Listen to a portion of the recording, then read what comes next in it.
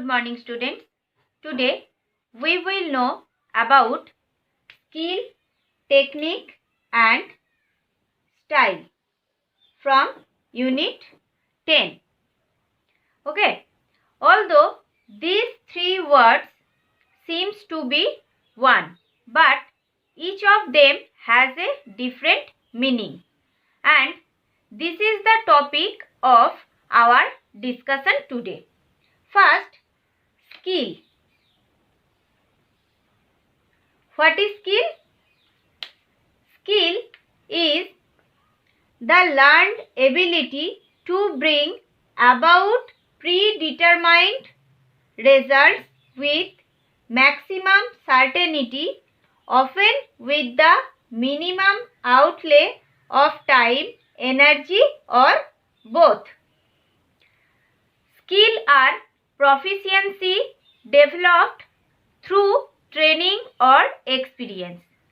Skill can be learned from others. They are often learned to serve a specific purpose. Different sports require different skills. Okay. While a badminton player may need the skill of a drop shot, tennis needs skill development in service and a head kick in football.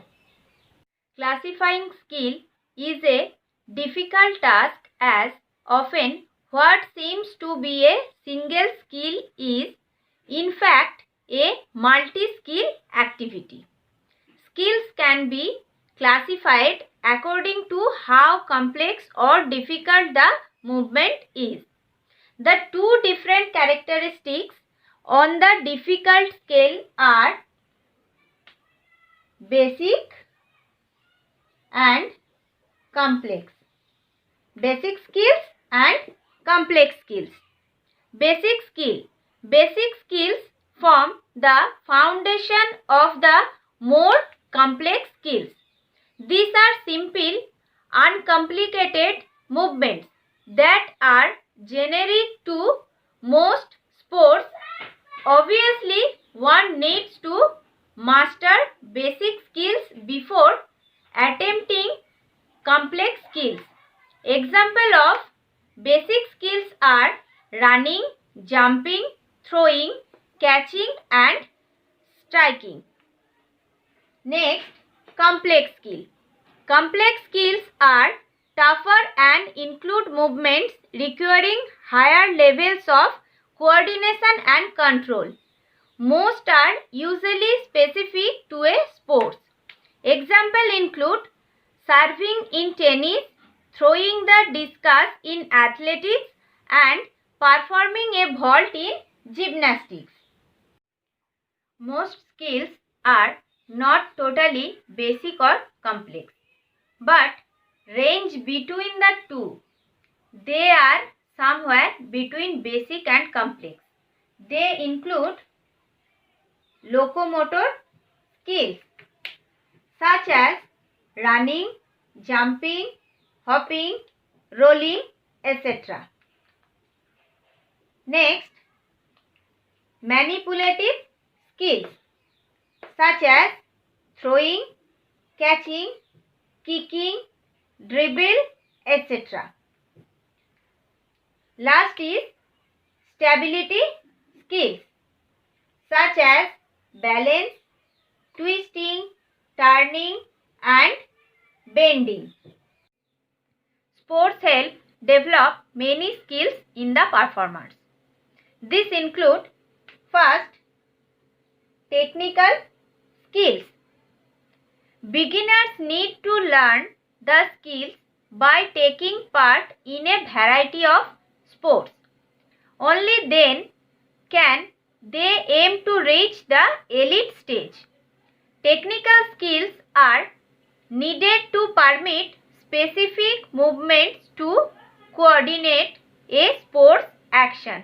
Like in basketball, the skills needed are dribbling, passing and shooting. Next is rules.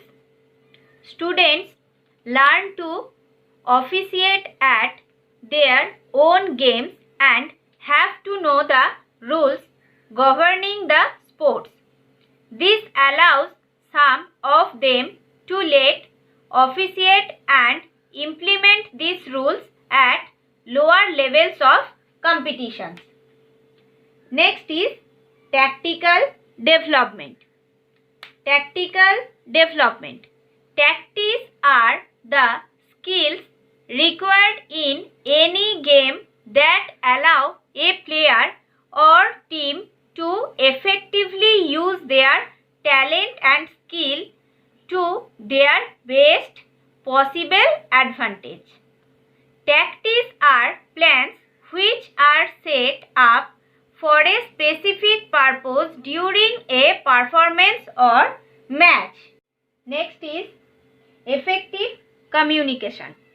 In sports, communication is the art of successfully sharing meaningful information with people by means of an interchange of experience. Next, teamwork. This is an important skill that students learn. Not only in sports but in life too, teamwork is essential for success. When players trust each other and rely on one another to perform their respective duties on the field, the play rises to the next level. Next, analytical ability. These are key skills that serve the learner not only at sports but in life too. Sports performance analysis helps monitor and record performance. Next is motor skills. Sports involve both gross and fine motor skills. These are also known as movement skills. Movement skills can be classified according to three basic motor behavior criteria. First is general and special skills. General ability tasks target the development of one or more basic coordinative abilities. For example, standing on one foot represents an example of a general skill which develops static balance. On the other hand, standing on one foot on a balancing bar can be a part of a gymnastic set where it represents a special skill.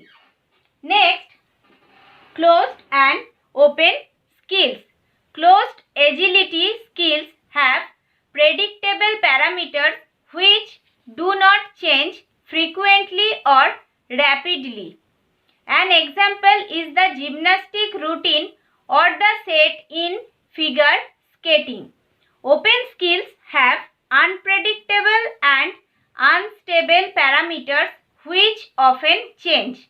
Open skills aim at rapid response and quick adaptation from the athlete.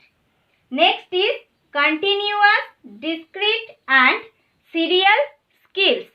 Continuous tasks have no identifiable start or finish.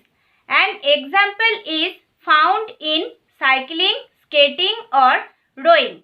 Discrete tasks have a defined start and finish. An example can be skills of a cyclic character like throw or jump. Serial tasks are composed of discrete skill performed in sequence with successful execution of each subtask determining the overall outcome. Example, javelin throw or long jump. Now we will know about technique. Technique is the ability to perform a physical task, whereas skill is the ability to perform a task in a game setting. Cambridge Dictionary defines technique as a way of doing an activity activity that needs skills. The focus of technique is to teach speed of execution. How fast should a skill be executed in a given situation? For example, in cricket, does the batsman have time to duck when faced with a full toss? Next, pressure from opponents. Pressure from opponents. Example, in cricket, playing a series of googly balls may need technique alteration to stay put at the crease, or having a fast bowler ball from one end and a spinner from the other can be unsettling for a new batsman. Next, special limitation. Thus, while playing football, the goalkeeper often needs to decide if they should trap the ball at their feet or redirect it to the open space towards other players. Next, psychological considerations. Psychological considerations. Sometimes other factors come into play. Should the batsman try to hit sixes at the risk of getting out because the limited overs are soon coming to an end, or should he try to wait patiently for the right ball as he is playing a test match? Now we will know about style. Within team sports, the term game style or play style is used to describe what we see while watching field sports. Consequently, it is difficult to monitor the concept of game style to establish changing patterns of game styles. On the other hand, when we apply the term style to coaching, we find that there are three generally accepted styles of coaching in sports: autocratic coaching, democratic coaching, and holistic coaching. Okay, the three styles of coaching. First, autocratic coaching. Autocratic coaching is dictatorial in nature.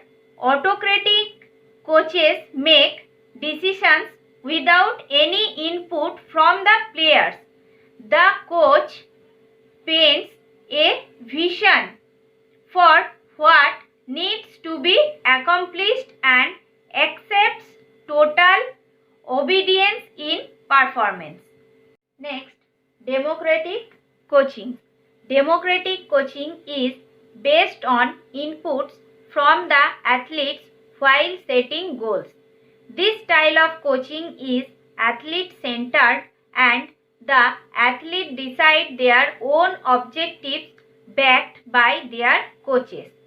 Democratic coaches give a lot of autonomy to players and teams and encourage them to be active decision makers in their own development and direction.